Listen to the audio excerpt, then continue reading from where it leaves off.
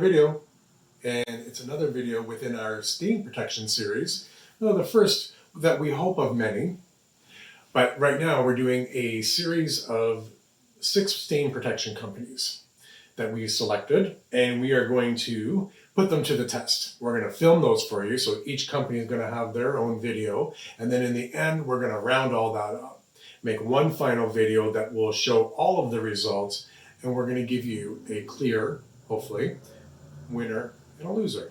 Okay, so the 6 companies that we're going to test are Krypton Home, FiberGuard, InsideOut, Revolution, Alta, and SCOTCHGARD. SCOTCHGARD being the DIY version. 4 of these companies produce their own line of fabrics. That means they come up with their own colors and patterns and their own style, and then they apply a technology to protect them from stains. And then they distribute those around to all the other fabric companies. Then we have one company that already produces their own fabrics without protection, but there's a treatment you can apply, and you can pick any one of their fabrics that they already produce and apply this treatment to it for protection. And then we're going to do just a good old can of SCOTCHGARD. This one's handy for home use. Like if you've already purchased a sofa, maybe the sofa is already like 10 years old, you never did have protection on it, you want to keep it going for a while because it's in good condition. You go grab a can of SCOTCHGARD, spray it down, and technically that'll protect your fabric from stains. We chose 6 items that we feel are very typical, everyday household items that can cause stains on your upholstery. Those 6 items are red wine, hamburger grease, chocolate, mustard, makeup, and magic markers. Then we reached out to a company called JF Fabrics. Now they're a company that we've used for many, many years. They've got a really great, large selection of amazing fabrics. But what they've done now is they've come out with their own, these are exclusive patterns to JF Fabrics. So again, I want to be clear here. InsideOut and JF Fabrics are 2 totally separate companies. But what these books are exclusive patterns and colors that only JF Fabrics will carry from InsideOut. So they have the technology that InsideOut has created. They've created these fabrics exclusively for JF Fabrics. Now, the reasons why they call it InsideOut, well, because they say you can use these fabrics inside or outside. So I guess technically, they're what you would call an outdoor fabric, but they say, or you can use it inside as well.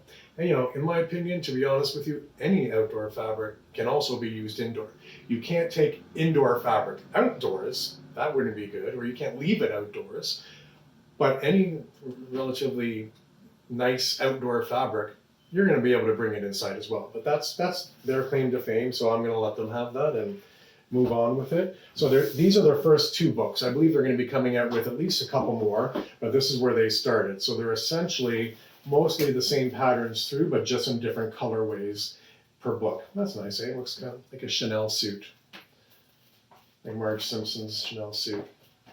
All right, there we go. So there's JF Fabrics line of InsideOut fabrics. So what we asked them to do was to send us a couple samples of one of the InsideOut fabrics that we could use to apply all these stains to, and then clean them following InsideOut's manufacturing cleaning instructions, and we'll show you what happened.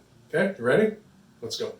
We took our red wine, hamburger grease, mustard, chocolate, makeup, and magic markers, and applied them to the samples that JF Fabrics sent us. And we were quite liberal with them, let me just say. We made sure that these were properly stained. We want to make sure this is real world results for you. We want to make sure, flat out, we're showing you honestly what happened, and we're trying to recreate real scenarios that really could happen. The extreme. We're going a little bit extreme because why not? So we applied all that to the samples, and then we left them for about 3 or 4 days. Okay, let them really sit there and soak in, dry up, do whatever they needed to do. Okay, so next we'll talk about the cleaning. We took the instructions that InsideOut supplies on their website, which by the way, link below in the description. And for light to medium, they suggest, first thing what you do, just lightly blot any sort of wet portions away from the fabric that you can get using just, a nice clean cloth or paper towel, something white, clean, please, and just blot away any sort of liquid. Then taking, with a ratio of about a 1/4 teaspoon of dish soap to a cup of lukewarm water, put that into a spray bottle, and then spray the stained area. Get it nice and wet, let it soak in a little bit, and then lightly scrub it with a sponge or a very soft bristled brush. Okay, very lightly. They also suggest, and very smartly, is brush or rub from the outside in towards the middle. If you go the other way, you're sort of spreading that stain into areas that haven't been infected with the stain yet. So, I never thought of that actually until I read that. I was like, oh shit. Yeah, logically that totally makes sense, man. So make sure you're doing that. You're scrubbing, you're rubbing inwards towards the middle of the stain and blot it all at the same time. Okay? Now let all that sort of soak in for a little bit and then rinse it thoroughly. Ideally, in a real-time scenario, you should be stain-free, let's just say. Once you've rinsed that out, the stain should be gone. Now, we went a little bit heavier with it, so we have a more stubborn stain, is what they'll call that. There, you do pretty much the exact same thing, but instead of a 1/4 teaspoon of dish soap with a cup of water, what they want you to do is a ratio of 1 to 4 of 1 being bleach, 4 being water. Interesting, right? Really? Like, look at these. These are colors. So they're saying, yeah, dude, go ahead. Put bleach on these and watch them come clean and not affect the colors. Huh. Interesting. Well, while I was filming that last little bit you watched with me explaining how amazing and fantastic it is that you can put bleach on these fabrics here from InsideOut, mid-sentence it occurred to me that, oh crap, Terry, you didn't do the bleach. We totally forgot.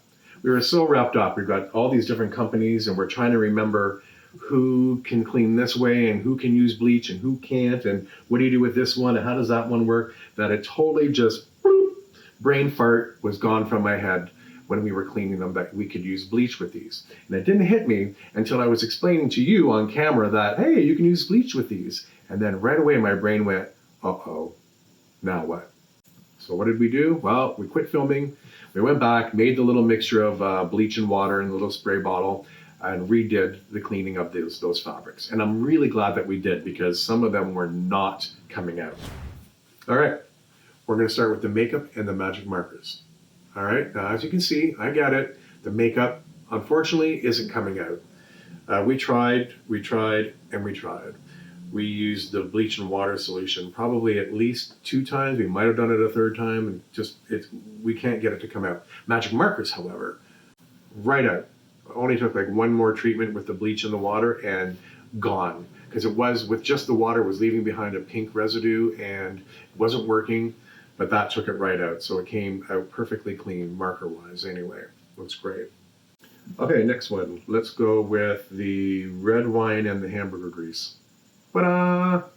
Looks great, eh?